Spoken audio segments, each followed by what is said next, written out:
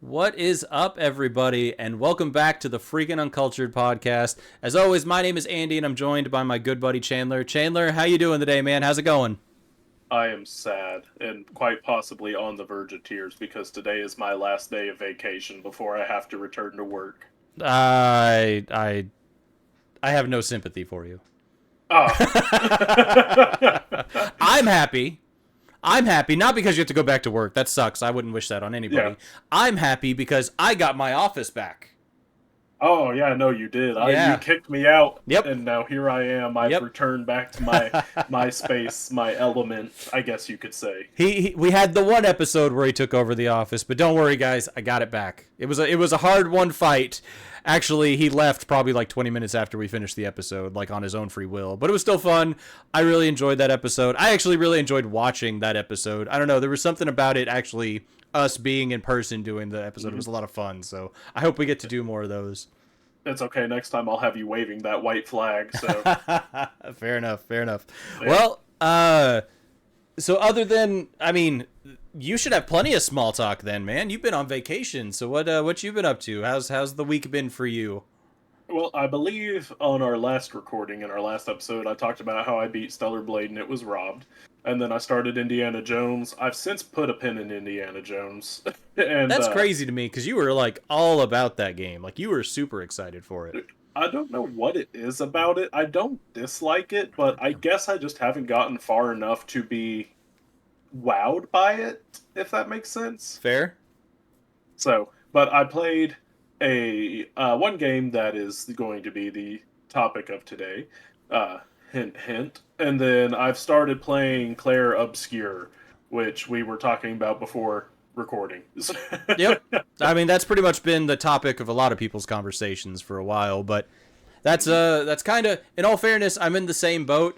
Obviously, guys, if you have seen the thumbnail, which I assume you have, we're going to be talking about one of the games we've been playing, South of Midnight. We'll get into a lot more of that later, but I got to play that too, and that was a hell of an experience. So I don't want to give too much away right now. But I've also jumped into Claire Obscure Expedition 33, and I am chomping at the bit to play more. That game has been phenomenal. It's good to get a proper turn-based RPG again. And the team, it's like it's a team of like 33 people or something like that. It's like 32, 33 people. It's such a small team, and they Oh just yeah. knocked it out of the park, and I'm so excited to see what else they Man, did. it's crazy because they did not have a big budget first of Mm-mm. all, and they are such a small team, and they made this game in 5 years. That's the thing though, Like, man. Like that's what I love about it. You can see a passion project.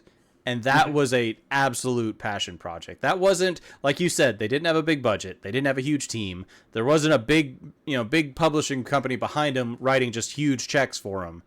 They did that out of just being fans of the genre, doing something that they wanted to and something they love, and you can really see what it came out to be. Some AAA studios really need to take a note of that, in my opinion. So, Oh, absolutely. Uh, I'm going to say this though: the thing that shocked me the most about Claire Obscure was I didn't realize it was French. yep. So, so I was very caught off guard whenever the game opened up, and I was like, there's a Paris?" there's Like, there's a bunch of videos of the voice actors struggling to do the French accents and say some of the French words while yeah. recording the dialogue, and it's really funny actually. Oh, So, I'm just saying though, Gustav, the main guy. Charlie Okay, Cox. yeah. But the character Gustav though. Yeah, yeah. Okay, he looks like Robert Pattinson, or Robert Pattinson looks like him. I don't know. Which came first, Gustav or Robert Pattinson? I mean, I think by years it would have been Robert Pattinson, but Yeah, no, but they look alike to me, and I tried showing my wife, and she's like, I don't see it, and I'm like, no, it's there. what you need to do is get like some paper and draw a little bat suit Oh, and cut perfect. the head out and just put it over, like put it up on the screen and just put it right below, and just like, do you see it now? Do you see it? Well, the thing is Gustav, is bearded and everything, and Robert Pattinson isn't in a lot of movies where he has full facial hair. So I pulled up a picture of Gustav and then a picture of Robert Pattinson from The Lighthouse, and put them side by side. And she Just was like, "Nah, I don't see it." actually just put the bat. Then you need the cowl. Just put the Batman cowl on top of it too. Oh, there we go. So, But but do you see it? Please tell me you see it. I don't, to be honest. But Ah, I'll have to look. It's not something that stood out to me, but I'll take a look next time I play it. it was the first thing I noticed. I mean, fair. I mean, Is I that just honestly like my. We talked a little bit about this. My biggest gripe so far with that game, and I don't really fault the game, is the hardware. And I'm hmm playing on PlayStation. I'm actually playing on the PS5 Pro, hmm and it's crazy to me because I've been doing this all my life. I've been playing video games and stuff like that, and I can tell a difference at least between 30 frames to 60 frames or 60 frames to 120 frames. Like, I can tell a noticeable difference on how a game plays. hmm And if I put that game in quality mode, the game looks gorgeous, but it plays it's so choppy to move and stuff, and I hate it. I don't know what you're talking about. I'm not having any issues Well, no. I'm not at having all. issues. I'm just like, it's so choppy to play for me. Like, No, mine isn't. Mine's not choppy at all. I like it. Have you put it in performance But mode? I don't know what I have it in right now. Because I So don't know if this is a PS5 Pro exclusive thing, because I know they have the modes. But if I play that game in performance mode because it is buttery smooth. Like, that mhm. game plays so good. But when I put it in quality mode, it looks incredible, but it's so choppy. And it Yeah, bugs me. I can't I'll, stand it. I'll have to look and I'll let you know. And But like, don't take it wrong. Like, the game plays fine. Like, I could yeah, play it in that mode. It's not like it's laggy, like it's unplayable. It's just visually, it's like it hurts my eyes to watch it because I well, know how good this game could be. now I'm just curious though because uncharacteristically for me, I'm playing on my Series X. Fair. So now I'm very curious. I'm curious if there's a So difference there too, to be honest. Because in all fairness, like, we can talk console wars and bias and all that. In all fairness, the PS5 or the Series X is a better piece of hardware compared to the PS5. Like, mhm. on paper, the facts are facts. Supposedly, the PS5 Pro is better than the Series X, paper wise, but we haven't seen, like, they have a handful of games they really tout and they're like, hey, look at this. This is great on PS5 Pro. But Yeah. it's kind of, you're kind of bottlenecking your, hey, these are our prize picks. Look at these. What about the rest of the games? No. Look at these. No, these So aren't optimized. yeah, so I don't know. That's what pisses me off. And again, it's not anything against Claire Obscure Expedition. Like, it's the hardware that bugs me. So that's a gripe. Again, nothing against the game. That team, kudos to you guys. Like, I am excited for what that game is going to do, and hopefully what that leads into for us. But hmm unless you have anything else, man, I say we jump into the topic. Yeah, no, I agree because I think we beat around the bush and praise Claire Obscure whenever we're reviewing a different game. Yeah. So here's the thing, guys. We're gonna do something a little bit different today, and this is something we've talked about for years. We're gonna do the first ever freaking uncultured video game review. We're actually gonna Mm. review a recent game that came out. We're gonna review South of Midnight, new game that just came out. Maybe. Do you remember the date I that would it say, released? Was it the I would 8th? say it's at the time of this recording, it'll be a little bit over a week old. Oh, I thought it came out. Wait, no, I don't remember. Did it come out at the end of the month or the beginning of the month? But yeah, came out on April 8th. hmm Compulsion Studios made a, a phenomenal game. Like, to just kind of circumvent a lot of this stuff. Like, I was very pleased with it. But we're gonna break it down. We're gonna go over a couple bullet points. We're gonna talk about different things about the game, and we're gonna give it our official, I guess, our official review. Yeah, Is that I'm excited. This is different. this is very different for us. This is something we've talked about for the longest I mean, time. it's just funny though, because for the longest time, though, for years and years, you and I constantly had to give short little reviews Oh of yeah. games for the for our job as part of our job description, Yep. basically. And So now we actually get to do it in an official, you know, what's the word I'm looking for? An official official capacity. complex. Yeah. There we go. But that's the thing is, like, even not even involving that job or that timeline, man. People have always come and asked about video games because this is what we do. This is our lives, man. Like this is what we do 24/7. So even not at that capacity, we still have people coming up. Hey, have you checked out XYZ or whatever it is? And they always ask for our opinion. That's true, because even at my job I have now, which relates nothing to video games, I still have people come in and ask me oh yeah about games. So. I could be out and about, and I'll have people that recognize me from working at different places, and they're like, hey, did you ever play that South of Midnight game or whatever? Like, yeah, so I mean, this is what we're known for. Yeah, it's surreal. It is. For sure. But let's get it going, man. You ready? All right.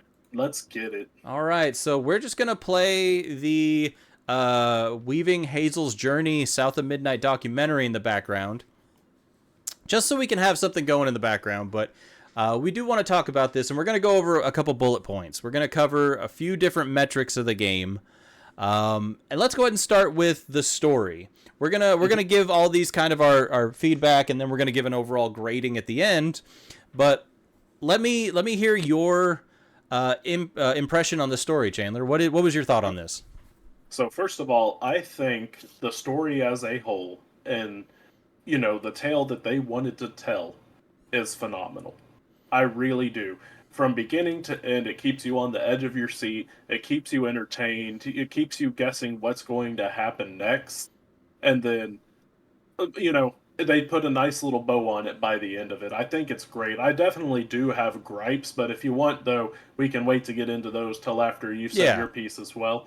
But overall, though, as a whole, I think the story of South of Midnight is fantastic, and I think they did a very good job of telling it. So no, I agree, and I do. We're gonna keep this spoiler free, guys. We're gonna keep this. We're not gonna diverge into anything too crazy. But I do want to give kind of an overview on the story. You actually play as Hazel. She is a high school girl who is kind of trying to find her own footing per se, but. The story starts where she's in her house prepping for a hurricane, and she's trying to make sure, her neighbors are safe. She's trying to get herself packed, and her mom comes home and she's trying to help her pack, and she's checking on the neighbors to make sure they're okay. And when that happens, the hurricane, the floods, they start to pick up and they take their house away with her mom inside. And at that point, your goal is to save your mom. And I think that's a pretty much overview of the whole game. You were trying to save your mom.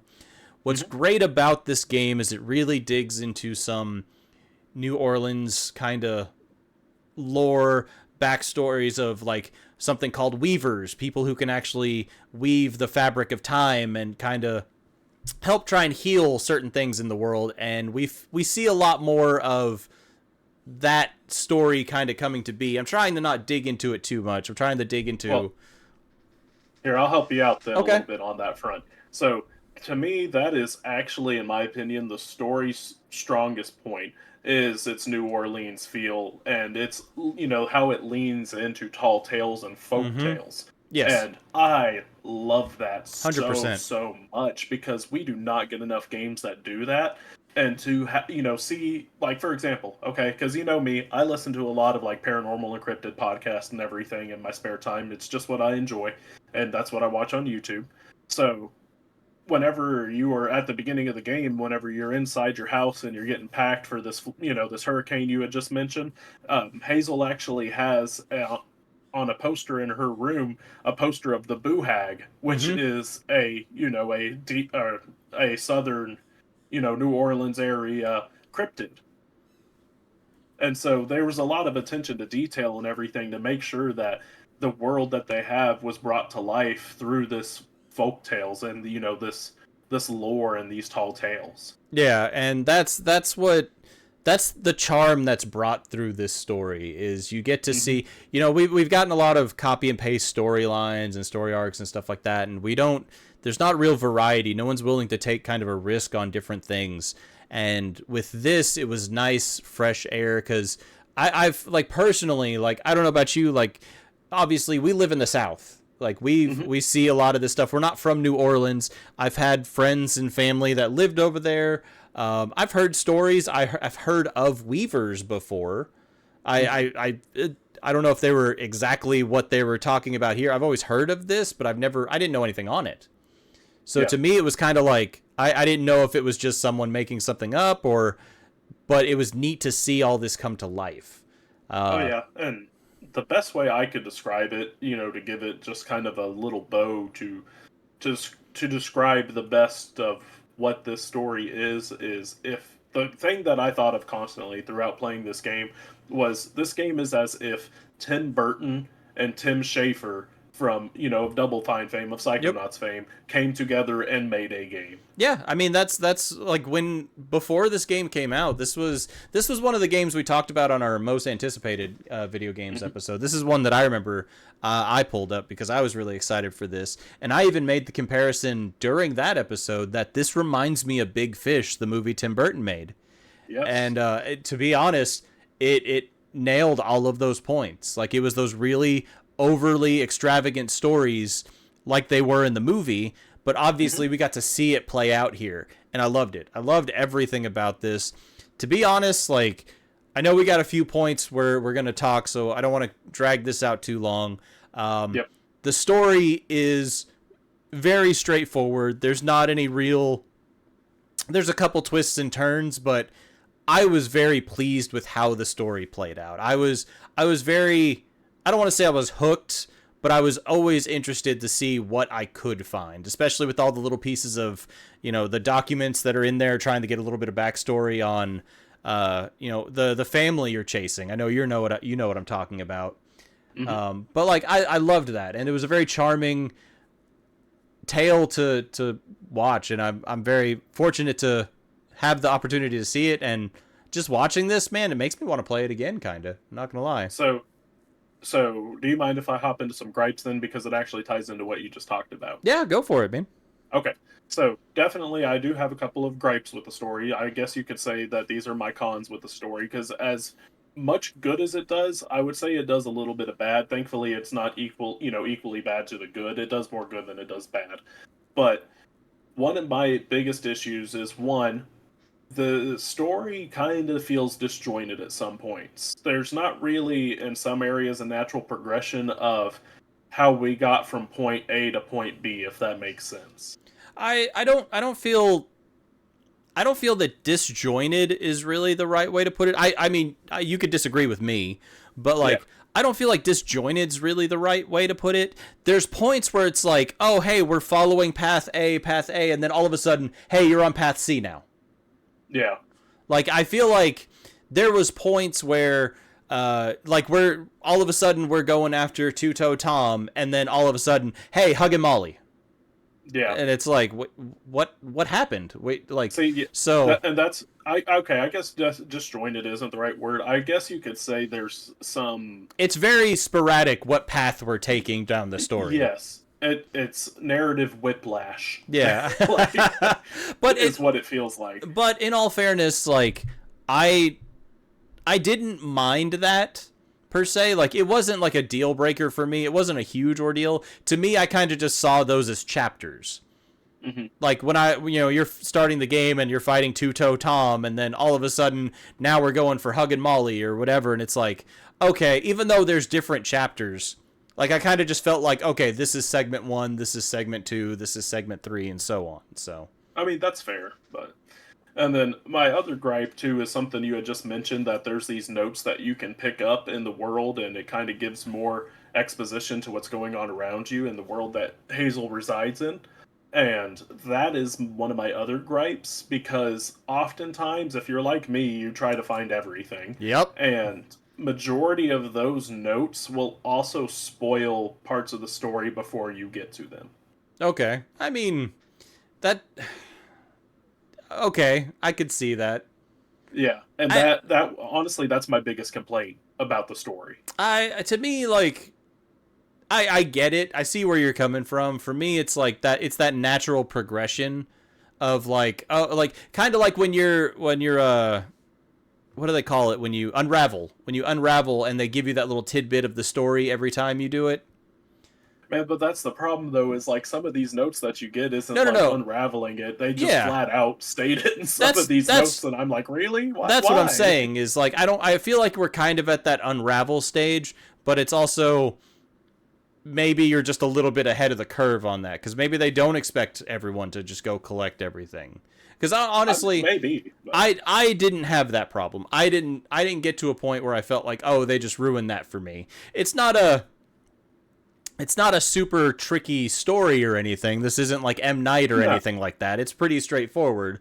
But I didn't feel like the notes ruined anything for me. I enjoyed, but I Well, also probably didn't find the ones that made you feel that way, in all fairness. in my opinion, though, there's a difference between speculation and them outright saying this is how it's going to go. Because you know me, I'm pretty good at deciphering where a story's going to lead before it happens, whether it Yeah, be in games or movies. It's just the way my brain works. And but there's a difference between me being speculative of something that's going to happen and then it being revealed to me. I can still enjoy that, even fair. though I knew it was going to happen. In the back of my mind somewhere, it was still a speculation. It wasn't outright confirmed in my brain. Yeah, And so whenever the certain notes that I found outright just confirm what I'm already thinking, it kind of pulls it away for me. fair enough. And I mean, you know me, I'm not a spoiler person. Like I don't like Yeah. spoilers. So, like to me that would be a detractor, but like I said, I didn't notice that in the game. And Hmm. I'm not as keen as to putting all the pieces together well before I have half of the pieces like you are. Like I'm Hmm. one that I'm just kind of along for the ride and enjoying it. And if I do, I do. If not, it's not a big deal. So that might be something I overlooked, but I can see what you're saying. Like I understand the Yeah. point of that. So but cool. So that's kind of our overview on the story. Just a real quick synopsis. I think it was a great story, very enjoyable. Hmm. It was nice to be kind of included into that world that they built, and like I genuinely felt like I was seeing more behind the curtain on that New Orleans lore and stuff like that. It was really neat. I enjoyed it. I think it was a great story. See, Um, that's something I definitely got to give to Compulsion because I believe South of Midnight is only their third game. They did Contrast, they did We Happy Few, and yep, now we have South of Midnight. yep. And We Happy Few, whenever it released, had a lot of issues and a lot of complaints, but most of that was with the performance of the game itself. But I will give credit where credit is due whenever it comes to We Happy Few and Compulsion. Whenever Compulsion is making a world, they definitely know how to craft it, and they definitely know how to make it feel alive for the context that they're trying to put it in. Yep. No, I like it. So, I was very pleased with all of this. Like this was not it wasn't perfect by any means. It's not like a groundbreaking story. It was a very well written story in my opinion. It was well done. But mhm. yeah, I was thoroughly impressed with it and definitely recommend, put your time into the story and definitely enjoy it. But let's jump Oh into yeah. the next part. So this is what I'm excited for was the graphics. Let's talk the Oh yeah. graphics. Ugh. Um, Ugh. this game, so a little bit of backstory on me is I have a degree in graphic design. This is what I wanted to do for the longest time. Like I actually worked in different programs. I actually wanted to apply for Pixar and DreamWorks and start doing 3D modeling, 3D animation. So this is kind of my bread and butter when talking graphics. What was Mhm. your take on this, man? I kind of want to hear what you thought on this before I jump in. So I don't have a background on graphical design, as you Yeah, already know, but maybe yeah, they don't. But and you know me, I've never been one to be yeah. a graphics snob either. But in a world where every game looks like every other game, because we're getting to the point where I feel like we've just kind of reached the pinnacle of graphics and how realistic we can make things look, it's really nice to have a breath of fresh air and have something that is just purely artistic for the sake of being artistic and to stand out from everything else. I Because, No, go ahead, go ahead. go ahead. Okay, because I was going to say you could have something that looks like Last of Us. You could have something that looks like Gears of War. You could have something that looks like, Starfield. And I'm not saying any of those games don't look good, okay? But they are all very similar. They are all very realistic and trying to make you feel as if you are living in this world yourself. And while I do think there is some merit to that, I definitely prefer the artistic vision. And you know me, I am already a massive sucker for claymation and stop Oh yeah. motion. A massive sucker for those kinds of things. So So, No, I agree with you. Like, I 100%. And there's one thing that I think that makes this game stand out more than any other game, especially things we've seen recently. And like you said, that we've got games like, Call of Duty, Last of Us, Ghost of Tsushima, all these games that are gorgeous. But I think we're really getting into this day and age where realism is kind of what people are shooting for. We want things to look as real as they can. The one thing that misses, in my opinion, from a graphic designer standpoint, and what they nailed 100% is style. Yes. We don't see style like that anymore. And to me, like, this game 100% knocked it out of the park. To be honest, the graphics are one of the best parts of this game. And it's not because it's the best looking. It's not realistic or anything like that. It's a gorgeous world to be a part of. Kind of like you, I'm really big into the claymation stuff. I grew up with that stuff. I've worked on projects doing, stop motion animation with claymation and like drawings and all that. Like, I love this stuff. And just seeing this come to life, I loved it. Like, even with the trailer, when we were talking about before it came out, and they show the scene at the church where she rings the bell and Tuto Tom lunges up and she jumps on the catfish and they run away. Like, my jaw was on the floor, not because it was, oh my God, it looks real. It's because it was beautiful. Oh yeah. It's gorgeous. The sun, the lighting, the direction, the colors, everything just pops. Like, it works so well for this story. The graphics are probably one of the best parts of this. It's not the best part, and we'll get to that in my opinion. But I loved it. I think they did a phenomenal job. There's nothing I would change about the art design of this game. Oh, me neither. Constantly throughout my playthrough of it, there was two things that I was thinking of. One was the Spider-Verse films, which there are currently two of. Because, it kind of has that choppy stop motion feel to it, even though all they really did was just drop the frame rate on it. Yep. But it's still cool though. If you can do it and pull it off well, it works very well. And then the other thing I thought of too throughout it, especially in the aspects of its tall tale and cryptid telling throughout the story and the way they represented it and the graphics, is I thought of the horror movie Mad God. Okay. I don't think I don't know if that you're one. familiar with that. I'm not. Okay, it's a claymation stop motion horror movie. Okay. So I'll have to look that one up. I haven't seen that one. it's on Shudder. Okay, I'll have to take a look at that. And just seeing, like, we're watching the behind the scene documentary, and they're actually showing when you can play as Crouton. So she has a little doll that she's had when she was a kid, and when she kind of comes into these Weaver powers, she realized that a lot of these characters, have life, and her little doll named Crouton, she can actually control and run through these little tunnels. And you just saw a little scene of the bunnies in the tunnel, and because you're running through and you're kind of doing tasks for her, and it's like, that's what I miss, is seeing those models and the animation style there. Like, I love it, man. That's what I also loved about it too, in those little bits where you do get to play as Crouton and you're in these tunnels and these foxholes and stuff. Yep. Is while you're sitting in there, you can see these animals sitting at tables, like The little drinking room. tea and stuff. Yep. Yeah, and it's very. I don't know if you've ever watched Fantastic Mr. Fox, the Wes Anderson film.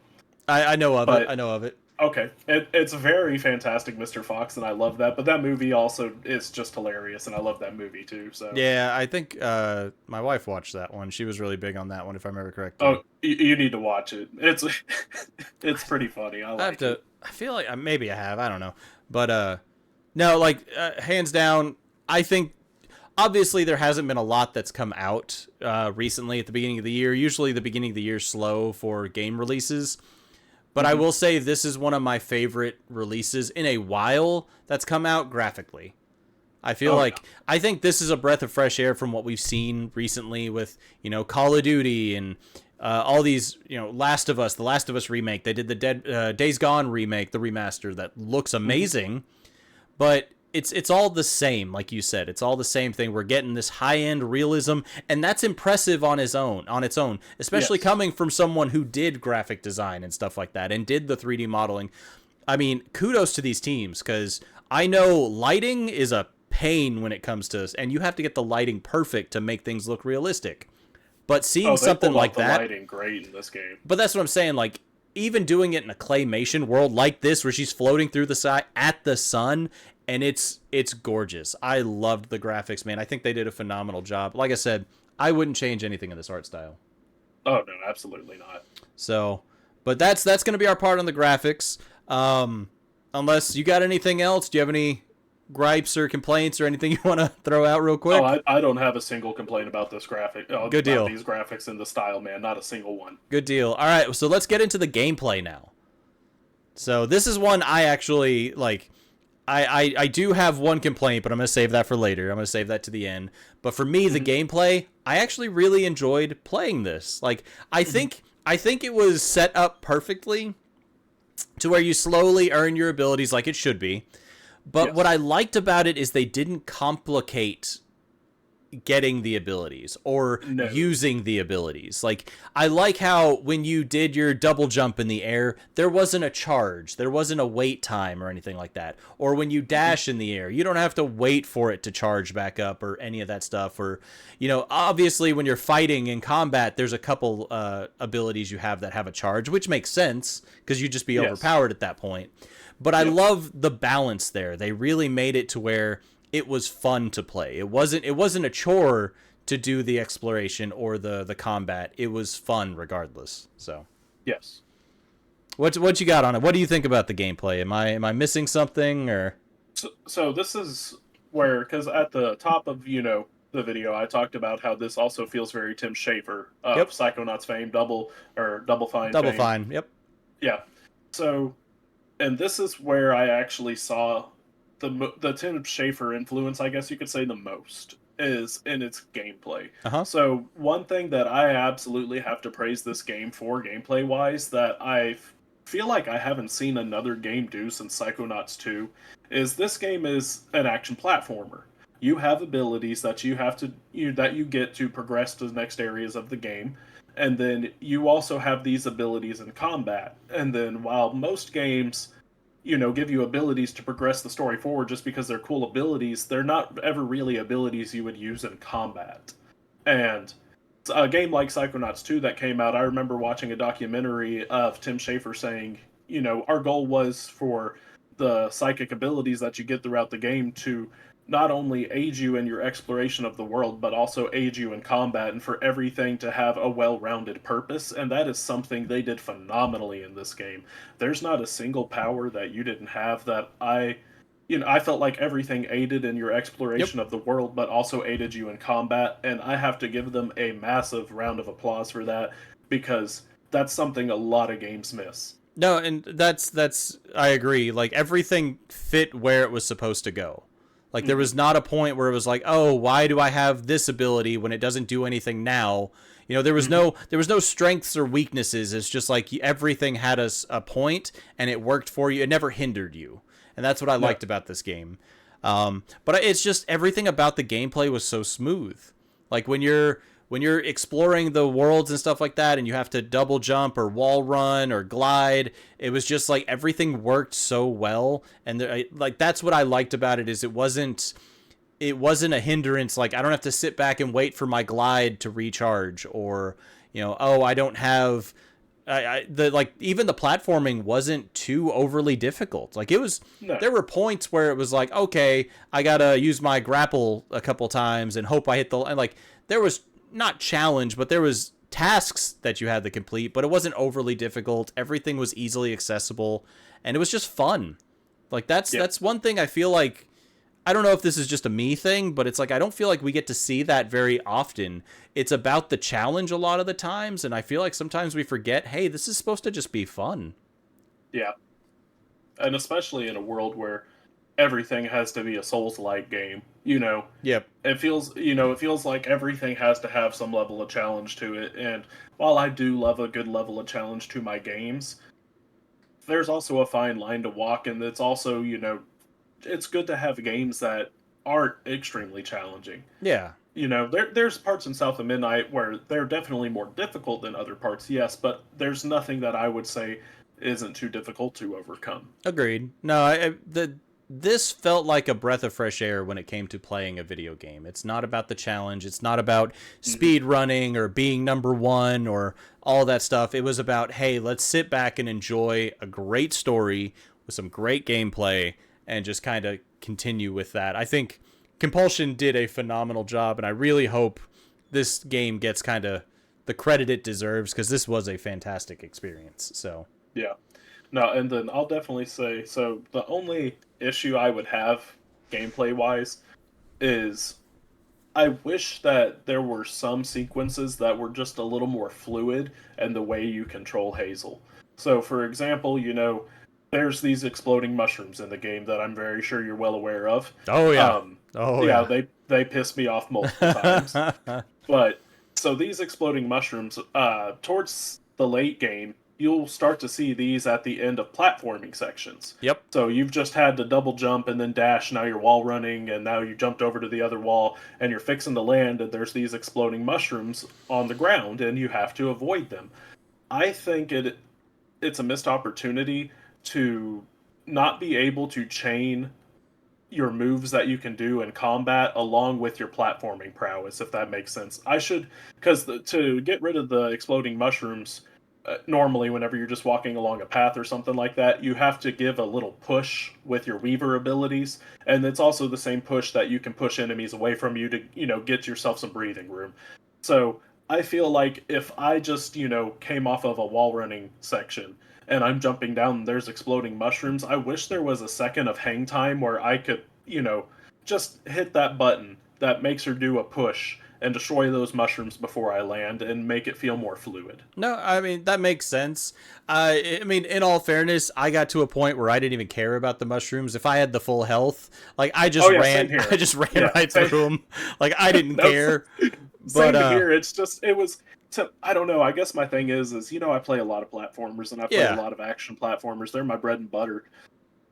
And so I guess I'm just used to games like that. I don't know. So whenever I'm playing a game that doesn't have something where I can do that, it just hits a little nerve in my body, and maybe it's just me, but No, I get it. My like this is honestly the only complaint I really had with the game, and we've already talked about this off camera. But my complaint was the combat. Like the Mhm. combat felt great. Like doing combat and fighting in the game felt amazing. What I didn't like is all of the combat was always localized to one singular room. Mhm. And you know what I'm talking about from playing the game, but like you're running through all these hallways, this open world and stuff like that, and then you'll turn a corner and you'll see this black ball kind of sitting in the room. And once you see that little black ball, you know, oh, that's where the enemies spawn. Yeah. And to me, that kind of kills the, I don't want to say the immersion, but like it kind of kills the flow of the game because you're running around, you're enjoying the world and seeing all these, and then all of a sudden it's like, oh, I gotta go do that combat room. And the combat's not tough. Like the combat wasn't a difficult fight or anything like that, and it was still enjoyable. But I wish they would have taken away the localizing it to one room aspect and kind of spread it out throughout the world. Maybe I don't have to fight five enemies in one little hallway, but maybe sprinkle an enemy here or there and let Mhm. me unravel them and get some health back or something like that. But I just didn't like how it killed. To me, that's what killed the flow of the game. Like, oh man, we're going through the world, we're finding XYZ, and then all of a sudden, all right, well now I gotta hold on, let me go fight. Okay, we cleared that room, let me go through this barn, let me go through this slaughterhouse. All right, now let me get to this other fight real quick. And that, to me, that was my biggest issue with the game. No, that's fair. And I don't know, I'm kind of conflicted on that front because part of me agrees with you, but then there's part of me that also has this thought of if I'm exploring and let's say I'm trying to get a collectible and there's enemies there, this isn't a game where I can quickly dispatch the enemies. They're not difficult, but you still have to take time to take them out. They have their own health bars and everything, so you have to Yeah. combo it to get rid of them. And so it's not something like Mario where, oh, hey, I have this star over here I need to go get, but there's some Goombas in the way. You hop on a Goomba once, you're done, you're getting your collectible, and you're moving on to the next thing. So I also have this sense of I feel like the enemies and the way they were designed in this game and the combat would conflict with the exploration. No, I mean, I get that, but I guess for me, the biggest complaint I had is I never felt like there was a threat outside of those rooms. And you're not wrong, there isn't. But That's my thing. I mean, in all fairness, the biggest threat I ran to outside of those rooms were the stupid little red balls that stuck the spikes out. Like, that's it. And I mean, it's not bad. Like, I wish there was a little bit more to flesh out the world. Because to me, that, as much as I love the Uncharted games, and we've talked about this before, it always bugs me when I'm walking and exploring and all of a sudden there's a much bigger room with, like, things of cover kind of hidden around. And it's like, I'm about to get ambushed. And you walk through the door, boom, ambush. And it's like... Just like Gears of War. Yeah, and Gears of War is the same way too. And it's like, I don't know, I just wish it wasn't so cut and dry when it's like, oh, this is going to be a fight room. So that was my only complaint. And again, the combat's fun. Like, I enjoyed the combat. But it was just like, it felt like the flow of the game was getting kind of abruptly stopped to do this fight. And then we're getting back to the story. Yeah, no, I agree with you, but I also disagree with you. I don't know. I'm kind of in a weird middle ground on that one. So... on the flip side, and I was about to go to the next topic, but I can't believe I almost forgot about this. The boss fights. Oh, yeah. The boss fights are phenomenal in this game. I loved them. Oh, no. They all hit in different ways. That's the thing, is it was such a breath of fresh air when it came to the combat. Because those little combat rooms, they were always the same thing. I think that's another part that bugged me, too, is... Anytime you saw one of those rooms with the little black ball thing, it was the same fight. They threw in different numbers of enemies, but it was always the same fight. The boss fights were completely different. And that's what I loved about them. Every time you had to fight a boss, you had to be smart and you had to figure out how to fight them. And I wish we would have seen that more in the story. That's probably a better way to put it. I wish we would have seen more variety in the regular fights than just the copy paste than what we did see. But yes, the boss fights really stand out in this game, and I that's what hooked me. When we first saw like some of the initial boss fights, I was like, oh my god, that's incredible. And again, with the graphics and the story playing out, it's just icing on top of the cake, man. I loved it. I mean, you know me. I've said it once, I'll say it again. I'm pretty sure I've said it at least 10 times in this podcast. Oh, yeah. Larger-than-life boss battles, can't go wrong with them. I love them. I just need it on a shirt at this point. Yep. we're gonna have to make some merch here soon. Yeah. Like, I'm gonna have to figure something out. Physical game snob, larger-than-life boss battles, yeah. But we'll figure something out. But yeah, unless you have anything else to cover on the gameplay, like any other gripes or any praising, like... No, that's I've said my piece. So kind of wrapping that up, the gameplay is phenomenal. There's a couple gripes with the combat that I personally had, and I know Chandler kind of disagreed with me, but the boss fights absolutely make up for it. They were phenomenal. The gameplay itself is great, and the exploration is actually very enjoyable too. But for our last topic... I've already sung my praises. I think this is your most excited. You're most excited about this topic. Yeah, honestly. I mean the soundtrack, and I've already sung my praises on this during the last episode. So if you watched last week's episode, you know where my stance is. This is hands down one of the best soundtracks I've heard in a very long time. And I can't state that enough. First off, again, kudos to Compulsion Studios for making all of the music royalty free. For content creators and streamers and YouTube creators, like, that is a huge win. But more importantly, for a developer, it shows you don't have to go above and beyond to pay licensing fees. Make your own music, hire the right people to make music, make it royalty free, but show you can make quality music. And oh my god, this soundtrack was phenomenal. I have to, because I brought it up last week on the podcast. What did you think about the two-toe Tom fight and that soundtrack? Yes. Definitely wasn't my favorite soundtrack in the game overall, but I still loved it regardless. To me, like, I agree. I don't think it's my favorite, but it's definitely in my top 3. But when I heard that song and doing the fight, it hooked me so much, man. Like I was so into that fight, and it wasn't like it's a good fight, like it's a good boss fight, but it just that music got me hooked into it, man. I was all about it. So, Yep. but what's your take on it, man? Again, I can sing the praises on this soundtrack all day long, but what's your stance on it? So, if you notice, every topic that we've had about, I've had, to compare the topic that we're talking about to something else that I'm familiar with. And that's not necessarily means, that it just ripped it off of something else. It's just comparisons that I've noticed because it's just the way my brain works. And if it's done right, why not use it in another game or another movie, so on and so forth. But the soundtrack, one of the things that it did that I really enjoyed that I've only ever seen one other game do is that there are specific tracks that tie into the story and characters that you encounter. Oh yeah. And so that's something that a game that came out a couple years ago did called In Sound Mind.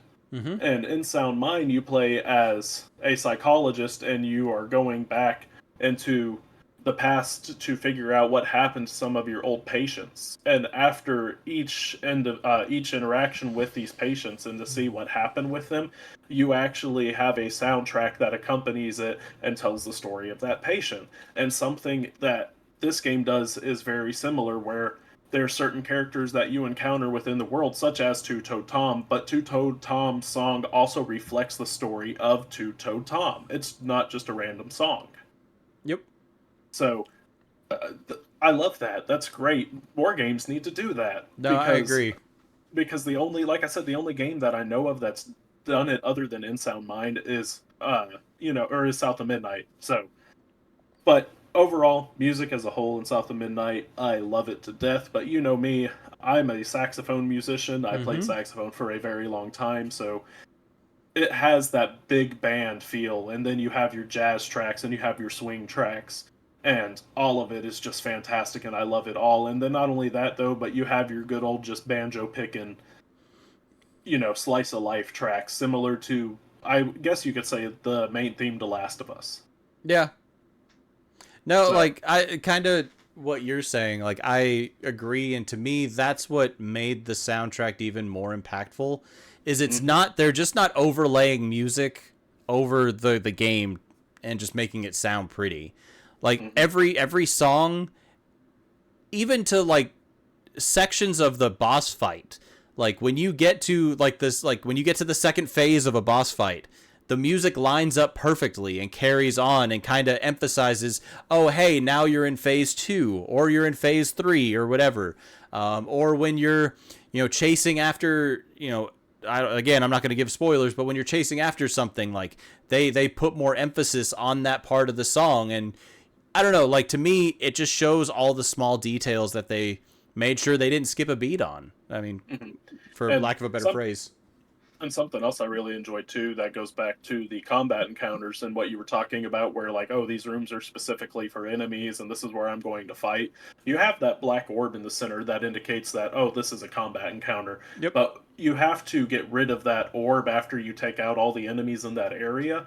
And something that I love that every single area did is, after you defeat all the enemies and you go to destroy this orb, the soundtrack actually, the game recognizes you're going to destroy the orb, so the soundtrack goes into a nice big crescendo.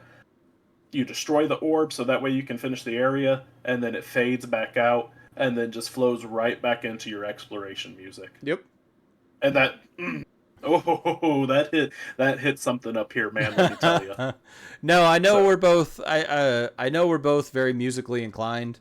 But that's, to me, this is one of the standout pieces for the game. Like, overall, this game was fantastic, but for, like, I could not get over the soundtrack, because we've played a bunch of games and we always hear music, and there's always, like, I'm gonna throw it out there, I'm a big Final Fantasy fan, and the music there is some of the best when it comes to video games and stuff like that. And I mean, obviously, like Kingdom Hearts and all these big RPGs that have phenomenal music to them.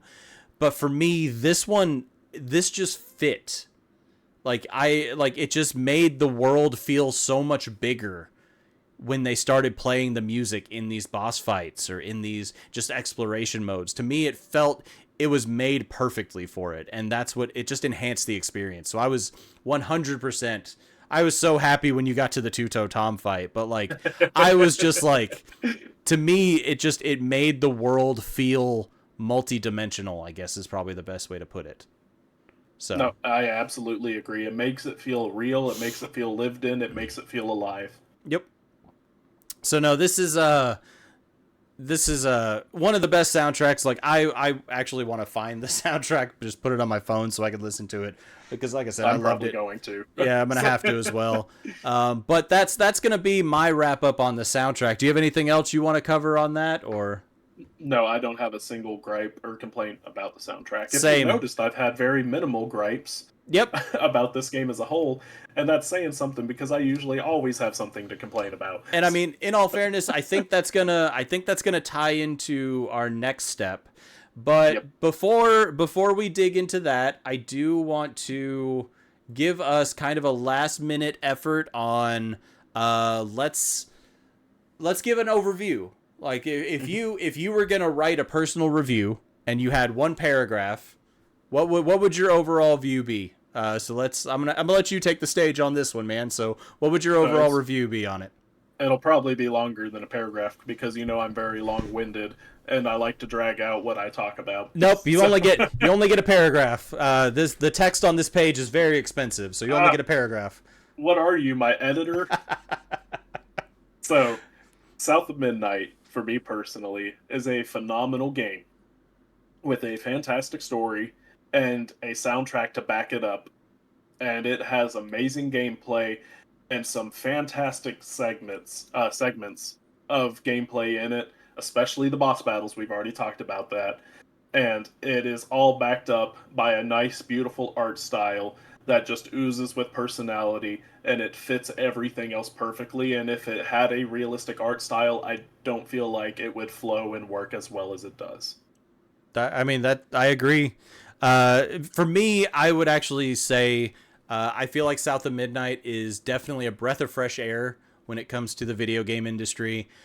We see a lot of games that are copy and paste or shooting for realism, and this is a game that wanted to find its own footing when it came to its graphics, its story, its soundtrack, and it's a welcome breath of fresh air to actually see these games and experience it and kind of feel like come to life.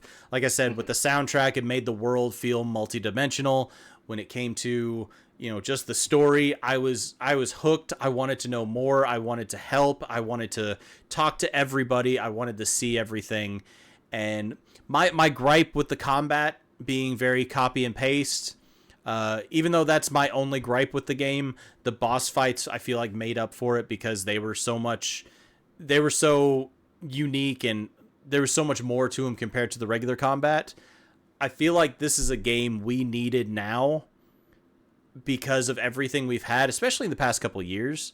It's been so copy paste, rinse, repeat, it's nice to have something a little bit fresh. So, yeah. So, can I add something else to this real quick? Go for it. Our closing thoughts. Yeah. So I really hope that Xbox decides to do physical copies for this game, whether it be through limited run or through retailers, because I would like to be able to support Compulsion more for this fantastic piece of art that they have put out. It's great because obviously you and I both played this on Game Pass. So, and we both have our thoughts on Game Pass, and we think that it is, not the best for the industry as a whole, especially in the aspects that we enjoy the industry. But I will say this, though. If Game Pass did not exist, I feel like this game would not exist. I agree. And if Game Pass is the necessary evil that we need to get more creative and expressive games, then I am absolutely here for it. But Xbox, you need to utilize that more often. And that's one thing that I really want to stress that I don't feel like is kind of a thought that comes to most people's heads is, again, yes, we played it on Game Pass. Game Pass is a phenomenal service for the consumer. Like, Game Pass is really for us as consumers, we're the ones getting the better end of that deal. Yes. But for developers like Compulsion and stuff like that, they work a deal on the back end on how, you know, they get paid and all that stuff. But as a consumer and someone a little bit behind the curtain on this stuff, I do want to support the developer. I want Compulsion to know this game was fantastic. I want to see more of this. I want to see what you guys can do on your next project. Like, you have a fan in the works now.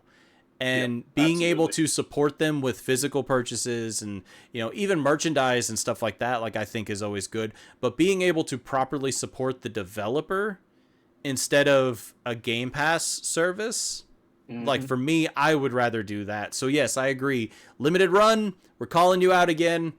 Let's get a physical release on South of Midnight, and we got a few others that we got listed too, by the way, but that's another conversation. But I agree. Like, I would definitely like to support the developer, and I hope you guys start to look at that a little bit from a different perspective too. It doesn't even have to be South of Midnight, but, you know, if there's a new game coming out, you know, remember, if you buy a digital copy of that game, you are supporting the developer to a degree, but you're more supporting the platform. Let's show the developers, you know, let's show them the respect and you know, what we think of their games. They're doing this for us. I think we need to support them. So I agree 100%. I would love to get a physical copy of this game. Oh, absolutely. So, but like I said, Xbox, if you're going to be pushing Game Pass, you need to give us more titles like this. These experimental, these artistic, these ones that don't look like every other game that sells great. Because this is the heart and soul of the game industry, in my opinion. Now is these titles that stand out above all the others. And more importantly, actually, let's not forget to take chances. You know, this is one of those games that was, you know, somebody wrote this story and presented this and said, hey, I have a unique idea I want to try. And they knocked it out of the park. And I know that's not always how it goes, unfortunately. But sometimes we need this breath of fresh air and something unique to play. We can't keep playing Call of Duty Black Ops 6, 7, 8, 9, 10. Like, give us some variety. Give us something new. Give us something, you know, take those chances. Don't be afraid to take those chances. And I know I have no stance on that platform. Like, I'm not running a multi-million-dollar studio. Like, I don't have all these jobs on the line for my decisions, but I feel like this is what we need for this industry to keep going forward. So, yeah, agreed. So, do you have anything else you want to cover, or do we want to go ahead and put the stamp of approval on this game and give our grade? Yeah, let's put the stamp of approval on it, give our grade. Do you want to explain kind of our grading system in a quick way? So if unless you have something else you want to cover, we're just gonna kind of, when it comes to these game reviews, we're gonna go on a standard 0 through 10 grading system. We are going to allow 0.5 gradings as well. So we're gonna have a 0 to 10 grading scale, going from 1 basically being broken all the way to 10 being a masterpiece. And it's pretty straightforward. We want to go off of mainly these 4 kind of bullet points. We didn't even talk about replayability, in all fairness. That was something we talked about.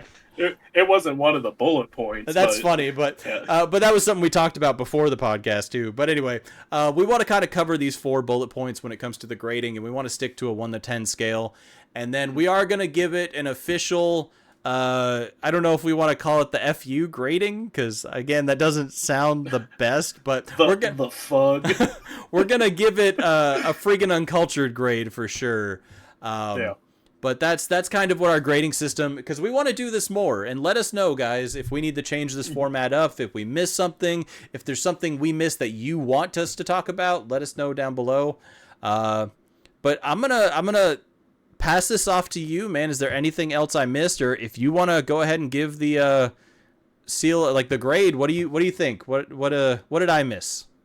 No, you summed it up perfectly. And since you're hosting this episode, I feel like you should get to say Okay. what we're grading this game. So. Okay, so we both gave this a positive review. We both loved this game. It was a very enjoyable experience from beginning to end. Like I've said multiple times, breath of fresh air.